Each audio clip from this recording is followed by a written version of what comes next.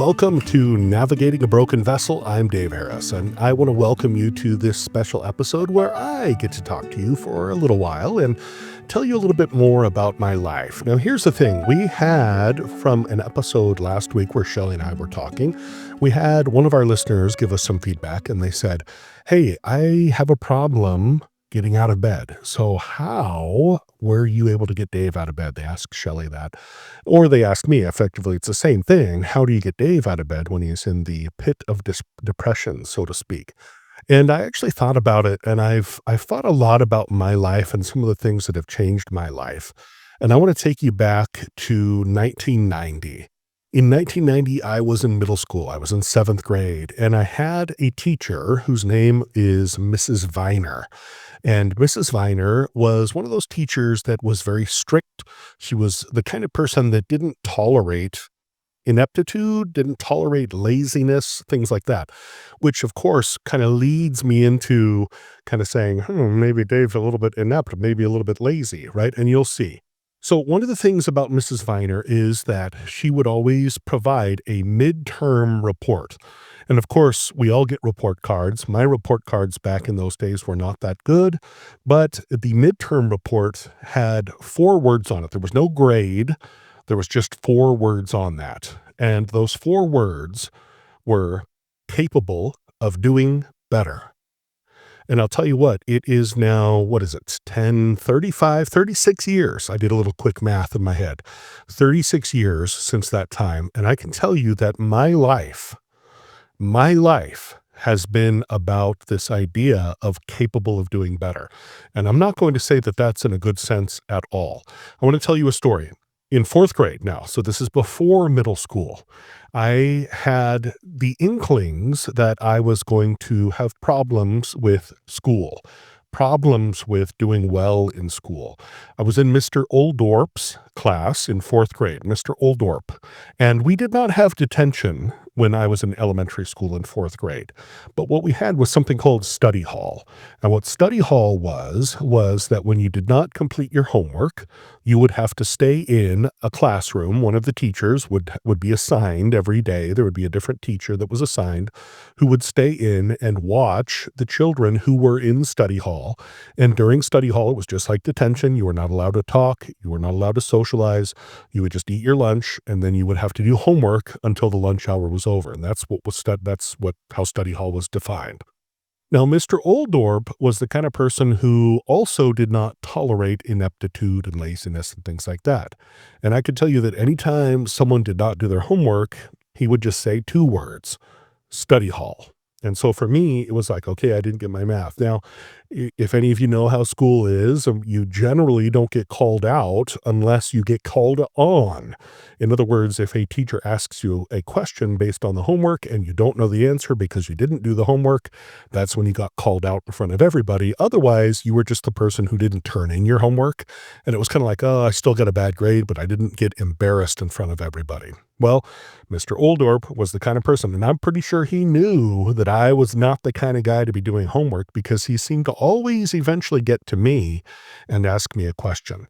And of course, I would say something like, I don't know because I didn't do my homework. And he would say those 2 words, study hall. And he would say it just like that. He would point, study hall. And it's like, okay, great. After days and days of this, and really after probably half the school year, I think Mr. Oldoerp was getting a little bit unhappy with me not ever doing my homework. And he basically told me, if you have to do study hall one more time, if you don't get that homework done one more time, I'm going to call your parents, which of course is an elementary school. 10 years old, somewhere in that area. That's a bad thing. And so I didn't do my homework. It wasn't enough for him to threaten me that way. It wasn't enough for me to get that homework done. And so sure enough, we're sitting in a half circle around Mr. Oldoerp.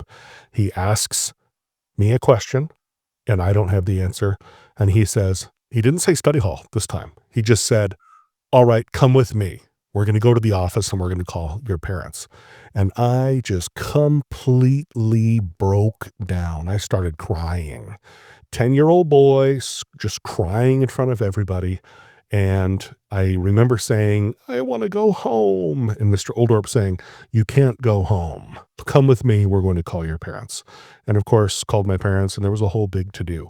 The funny thing about that, though, as I mentioned to you, Mrs. Viner, in middle school, still having problems getting homework done and other things. But I'll tell you what, those 4 words, capable of doing better, have stuck with me for my entire life. If you ask my wife, maybe we should have brought it up last week when we had Shelley on, but I can tell you that that idea of capable of doing better stuck with me. And we moved to Utah after I finished middle school. So after I finished 8th grade, my family moved to Utah. I went to Hurricane Middle School and then Hurricane High School when we moved to Utah. And when it came time for us to graduate from high school, us meaning the senior class, my GPA was 1.87, which was one of the lowest in the grade. In other words, there were 110 people who were graduating that were seniors that year. Mine was one of the lowest GPAs, and it was 1.87. Which means that I should not be graduating. I would not be graduating. I would need to do remedial school. I'm sure we'll have a whole episode about my remedial school and the whole experience with that. However, the point is that when it came time to graduate, I was not going to be graduating with everybody else. My GPA was 1.87. Eventually, I got all of that work done. We'll talk about that in another episode, but I eventually got all that remedial school done. I ended up with a high school diploma from Hurricane High School, and my GPA did raise a little bit. I think it ended up being like 2.5, somewhere in that area. But it wasn't because I wasn't capable. And that's the thing. I was capable, but at the same time, I was always capable of doing better. And this idea it just has stuck with me. In 2005, I had been graduated from high school for 10 years, and I was working for a TV station. And in this TV station, we would, on a nightly basis, we would produce live news. And so there would be live cameras, there would be live microphones. We would have to do everything live. It would go out to the airwaves to all of the viewers who would be watching the news live. And we had a really hard time not making mistakes because all of us were relatively new to the idea of live TV. All of us were kind of amateurs, right? We didn't have really the right equipment. We were just kind of struggling with what we had, but it was really hard for us to not make mistakes. And what would happen is maybe it would be me who would make the mistake. My job was to run the video switcher. And so I would cut to camera 1 and then camera 2, and then I would cut to the video, and then I would cut to camera 1 or whatever it was. I would have to push the buttons on the video switcher. And there were a couple times where I literally pushed the wrong button. And rather than going to camera 2, I went to camera 3 with a person who wasn't ready, who just kind of was like, "Wait, what? The camera's on me now," something like that. So I would make mistakes. Other times it would be the video person who would make a mistake, and maybe some video that was meant to be played at a certain time, and the anchor would call for that video wouldn't play. And I remember after every newscast, so it was an hour-long newscast that started at 9 p.m. and went till 10 p.m. After every newscast, all of us would be required to gather together in the newsroom, and the manager of the TV station would have what he called a post-mortem. And the post-mortem was for us to discuss our mistakes, because the manager basically set the bar at perfection. And anything less than perfection, the mistakes, were problematic because they were less than perfect. And I started thinking about how that's the same idea of capable of doing better. Because if we really think about it, all of us are capable of doing better because none of us are perfect. And so if we set the bar at perfection, we will always be disappointed. And I want to let that sink in. I'll say it one more time. If we set the bar at perfection, we will always be disappointed because every single one of us is capable of doing better. So when I think back to my middle school years with Mrs. Viner and those 4 words, capable of doing better, if I set the bar at perfection, and if I always said to myself, I am always capable of doing better, I will always be disappointed. And that has been a struggle for me my entire life. Maybe it's been a struggle for some of you as well. And if it has, the problem is not that we are making mistakes. The problem is that we're setting the bar at perfection. And if we're setting the bar at perfection, then we will always be disappointed because all of us are capable of doing better. Now, what changed for me? What changed for me? Eventually, I got to a point where I was successful with school. I will tell you that it didn't always happen that I was successful with school. Even after I started achieving degrees and things like that, I still didn't get to a point where I would always go to class. Let me give you some examples. So when I got married, I finally started to realize, wow, Dave, if you don't provide properly for your family, you are going to have some major problems. And I started thinking about it and I thought, okay, I need to get a degree. I think what I need to do is I need to do a degree in something that I enjoy. And maybe I can be successful doing something that I enjoy. And like we talked about last week, Shelley and I, and if you missed that episode, do catch up on that episode. Some of these things we're talking about today are based on what we talked about last week. But we moved to Salt Lake City, and I started going to Salt Lake Community College, and I started taking courses in things that I enjoyed, things like American Sign Language, things like video production, things like that. And I can also tell you, though, just like any degree, there were also general education courses. And I actually started to realize that if I maybe made them into a game with myself, maybe if I tried to catch something out of it and get to a point where I enjoyed it, well, maybe, just maybe, I could get through the semester. And that's exactly what I found. I took a class called philosophy, and I remember the first few days of the class, that teacher basically, it didn't matter what you said, it was the wrong answer. We would say something like, he'd be like, well, yeah, nothing really exists. And someone would raise their hand and say, look at that chair right there. We can all see it. It exists. And he'd say, well, actually it doesn't. Basically, we were always giving wrong answers. And there was one time where he asked a question. I gave an answer and he was like, oh, actually that's true. And like everyone in the class was like, oh, wow. They were like dumbfounded that I had said something that was true. Same thing with a class called anthropology. Anthropology is not my shtick. It's not what I like doing. And anthropology, I thought, what can I do with this? How can I make it enjoyable? And I started to think of ways that I could basically compete with myself and say, what can I do to make this better? And I eventually got through these courses, eventually to a point where I earned a bachelor's degree in film studies from the University of Utah. But the interesting thing about that is even before the coursework was completely finished, I realized about halfway through the last semester that I would be able to basically move back to St. George and finish the degree online effectively. It wasn't exactly like that, but it was independent study essentially. So we moved back to St. George before the degree was done. And luckily for me, I actually did get that degree finished up and finished the bachelor's in film studies. But all of a sudden, I'm working at a TV station with managers who were setting the bar at perfection, and I got dissatisfied, as Shelley talked about, and we ended up moving back to Salt Lake so that I could work on a second bachelor's degree. That second bachelor's degree was in speech and hearing science. I got about 7/8 of the way done with that degree and stopped. I was accepted to a master's program in speech language pathology and just completely gave it up and moved back to St. George. The reason why is because I wanted to do something I enjoyed, and that was not something I was enjoying. And so I just stopped. And those credits still are on my transcript. Probably I could finish my speech and hearing science bachelor's degree if I went up there, and probably, I don't know, by now it'd probably be like 6 or 8 classes. Probably not even that, probably 3 classes. Who knows? At the time though, I was missing class, one class. And then I was already admitted to a master's program, totally gave it up, moved back to St. George. Then when I was in St. George, I was working on a business. And the business was no challenge. It was easy. And so I just completely messed it up, just completely failed, literally failed at that business. And I told Shelley, I remember having a conversation with her and saying, if I could just find a job where I could get paid to learn stuff, I would love that job.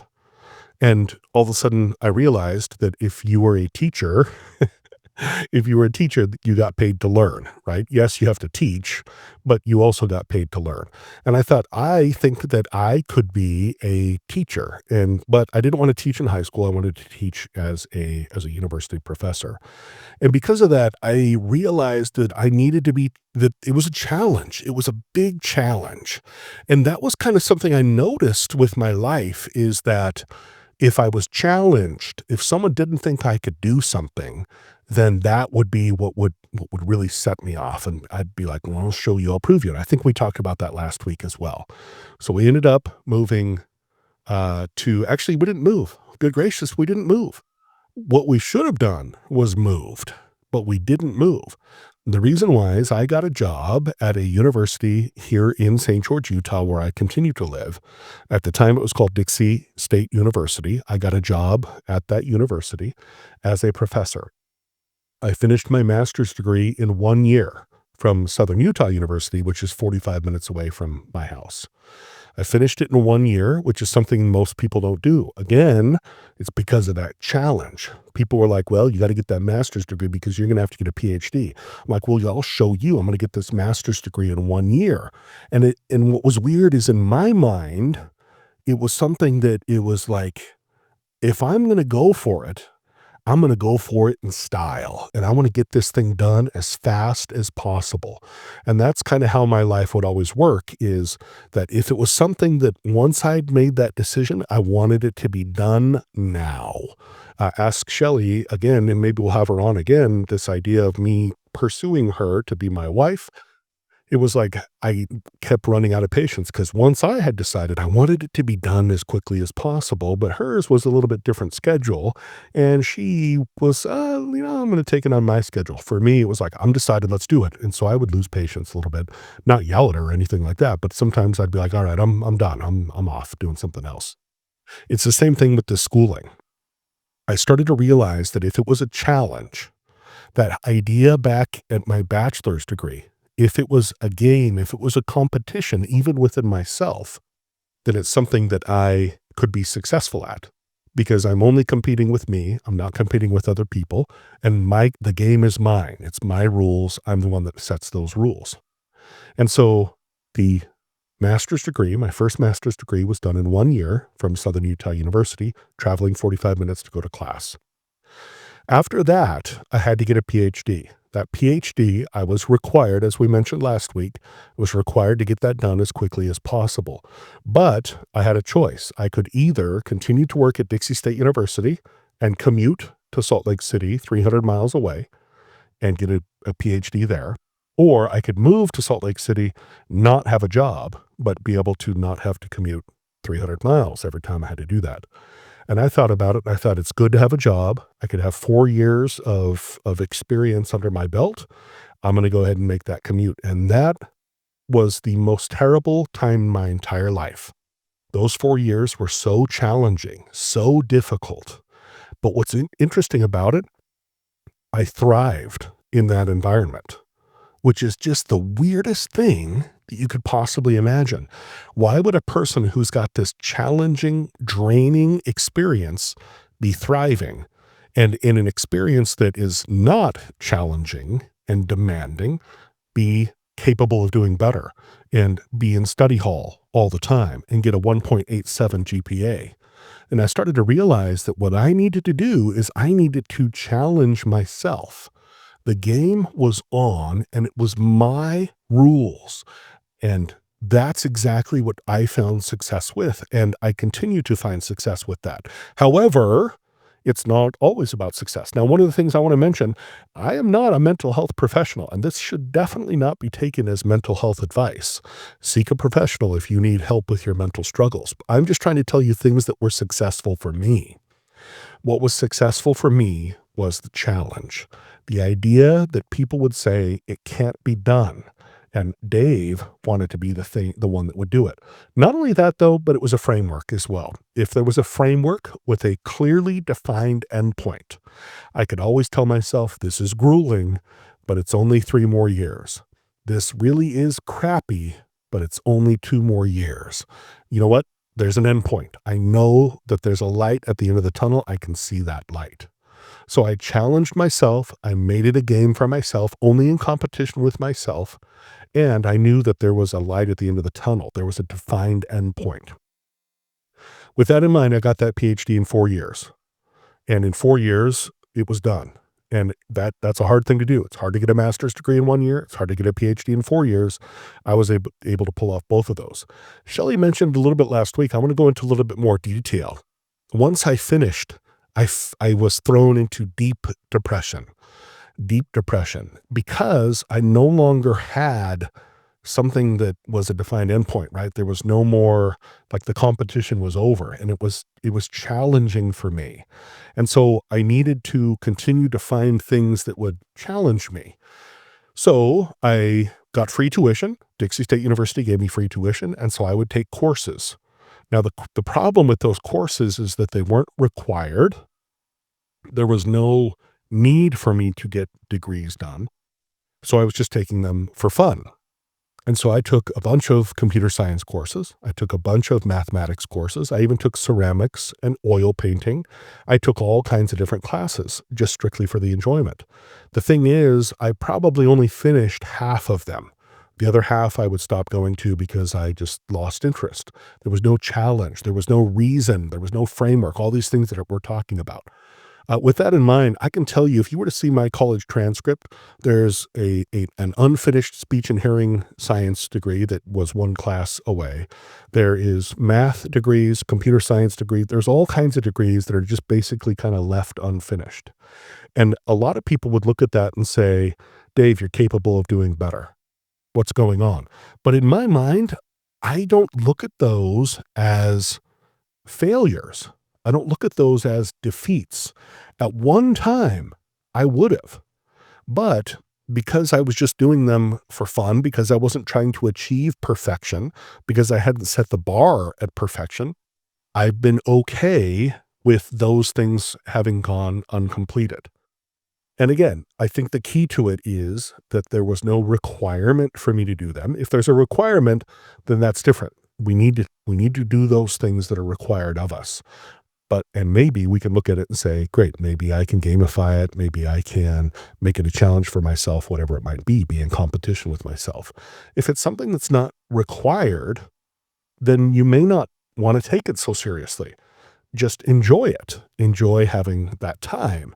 Maybe the learning is fun for me, right? And I enjoyed the learning.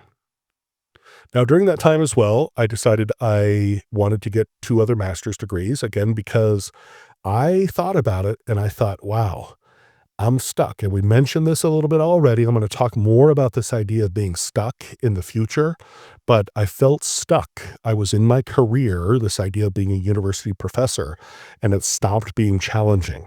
And as we've talked about now in the last few minutes, once it stops being a challenge, it's no longer fun and it's no longer something I want to do. And so I started looking at it and saying, I want to do something different. The problem was that if I moved, then I would be bringing my family with me, my teenagers, my wife, everybody who now has this set family that has friends and connections here.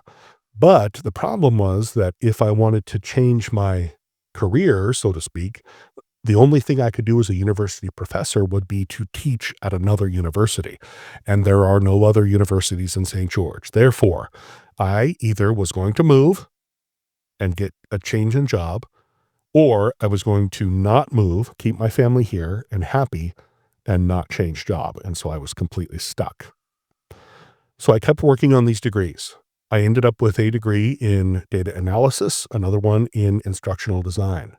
And I started looking at it and saying, what could I do for a career that includes instructional design, communication, computer science, data analysis, whatever it might be? I thought such a job did not exist. I kept looking for it. For 6 months, I looked for it, this job that may or may not exist. And finally, I came across it. There's a job called Technical Curriculum Developer. Technical Curriculum Developer. When I read that job description, I was blown away because I found that it required instructional design, even video production, an element of communication, as well as essentially computer science, data analysis, and so forth, technical curriculum developer. And I could tell you that at this time, while working at Dixie State University, I was at the end. There was a new boss. Me and the new boss did not work well together. I'll just put it that way. I don't want to badmouth anybody, but I had a hard time working for the new boss. And it came down to it. It was all a crux at the end of a school year. It was the end of the last semester of a school year. We're right in the middle of summer. I think it was May, if I remember right, maybe June. Commencement had just happened. We were in a department meeting, and I was on Zoom with this department meeting. Had all the other professors and this boss on the call, and I asked him a question, and he gave me a response, and I did not like the response. I thought it was not one that I was happy with, and I ended up spending the rest of the meeting, while my camera was on me, my fingers and my mouse were looking for new jobs.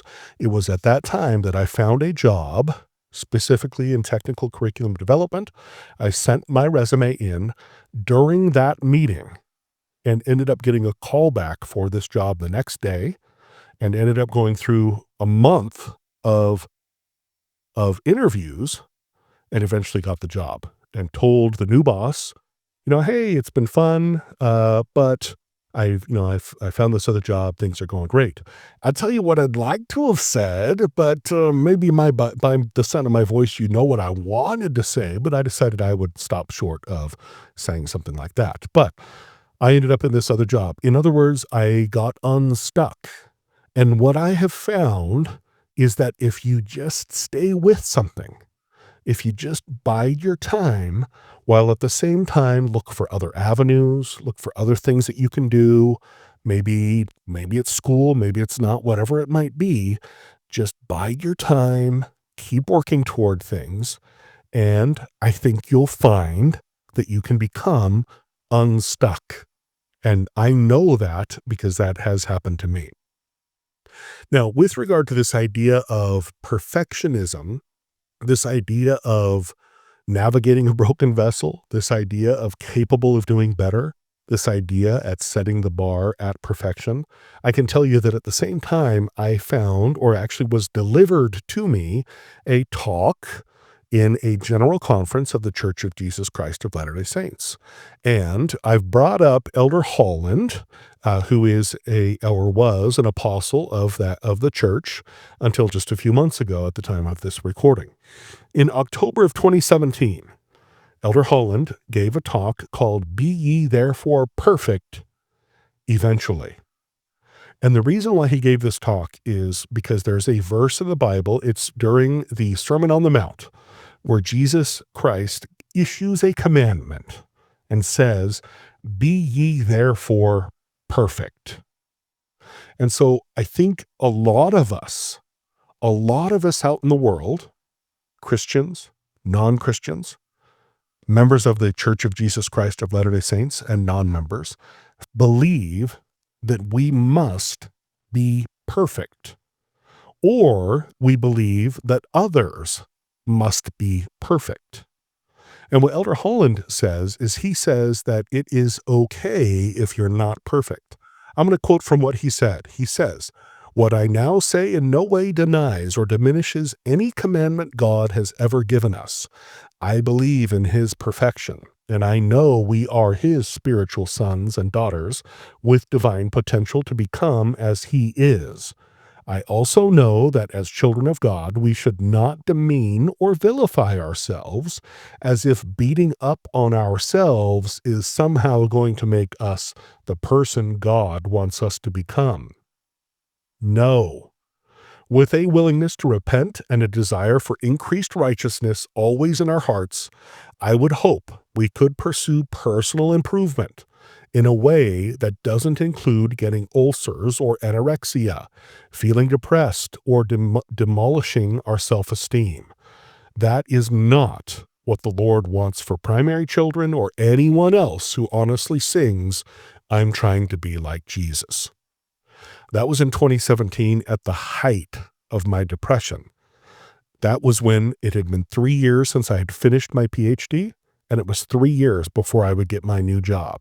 It was right in the middle of that.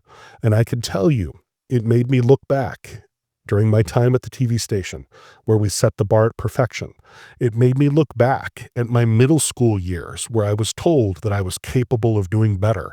It made me think back to 4th grade with Mr. Oldoerp saying study hall to me all the time. My high school 1.87 GPA, coming home from my mission early. All of these things that I thought I had failed at. And I realized that it's okay to not be perfect. It's okay to fall short. It's okay to make mistakes. That this was just part of a learning experience. And I can tell you now that I'm nearing 50 years old, I have learned a lot from errors, from mistakes, from problems, from imperfections, and from a lack of perfection. And I am going to tell you first and foremost, I am not perfect. I continue to make mistakes. I continue to fall short of perfection. I am continuously capable of doing better. But what I have found is that if I just take one day, if I just take 1 hour, if I just take one success at a time, then yes, I am capable of doing better, but I am not going to dwell on that. With that in mind, how do I get myself out of bed? What I do when it's time for me to get out of bed is I do 2 things. The first thing is I do not expect that because I get out of bed, everything is going to go perfectly or that I am going to perform perfectly. I just look at it and say, going to get out of bed. Maybe I'm going to take a shower. And that is all I'm expecting of myself. That is all I'm going to do today. I'm going to get out of bed and take a shower and put my clothes on. And if that's all I do, then that is what I'm going to call success. Am I capable of doing better? Yes, but I'm not going to think about that. Is that a lack of perfection? Yes, but I'm not going to think about that. All I'm going to do is get out of bed and get in the shower and get dressed. And if I just do that, I'm going to celebrate. I can tell you that that would work a lot, but it would not always work. My mind was pretty smart. And it would know, hey, you're just fooling me. You're telling me this is all we're going to do, but I know you're going to have more expectations. But I can tell you what, it was successful many, many times that I would do that. The other thing I would do, and I'm actually going to devote an entire episode to this in the future. The other thing I would do is that I would basically program myself, program my legs, my body to get out of bed and to go get in the shower. And then I would stop thinking about it after that. And what I found is in my mind, that is when I would be talking myself out of things, is once I sent the program to my legs, once I sent the program to my body and just mapped out that I was going to take off my clothes and get in the shower and then get out of the shower and put my clothes on. If I could just turn it off after that and stop thinking about it, then I would find many times I would just allow myself to just walk over and get in the shower and get cleaned up and put some clothes on for the day. When I thought about it, that's when it was like, I don't want to do that. I would rather be sleeping in this bed. I don't feel very well. It's warm in here and it's cold out there. Whatever it was that was going to talk me out of it. If I could just turn it off and basically say, here's what I'm going to do. I'm going to get out of bed. I'm going to go get in the shower and then I'm going to put my clothes on. No more thoughts, no more thinking. I would find myself sometimes just realizing that my body was walking toward the shower. That may sound stupid. But for me, it worked. And so those 2 things, I basically said, I'm going to celebrate even the minuscule successes. I am not going to demand perfection.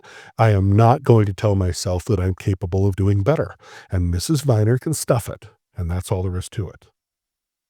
All right. I hope that's helpful. Now, I'm going to put a link in the description for the podcast. Also, if you're watching on YouTube, it's down in the description to this talk. It's called Be Ye Therefore Perfect Eventually. It's from October 2017. It's Elder Jeffrey R. Holland, if you want to take a look at it. And again, if you're a member of the Church of Jesus Christ of Latter-day Saints, great. If you're not, you can look it up. I'll put the link on there. I promise you're not going to go crazy thinking, oh my gosh, what are these people talking about? It's a really good talk. It's a very, very Christian-oriented talk and can help you out. I promise it can. Now, I want to hear your feedback. I do have there's a Facebook page, Navigating a Broken Vessel on Facebook as well as Instagram, navigatingabrokenvessel.com, and my email, which is dave@navigatingabrokenvessel. I would love to hear your thoughts on this idea of capable of doing better, this idea of setting the bar at perfection. And honestly, I want to hear your thoughts on any managers or supervisors that you've had. You don't have to name names or the place you worked or anything like that. But I would love to hear your experiences with people who do expect perfection, people who are basically saying, wow, you're capable of doing better, and I am going to just completely concentrate on the things you're doing wrong because I demand perfection. I would love to hear about that as well. All right, thanks so much. I hope you enjoy the week. I hope you have a fantastic time, and thanks for joining us.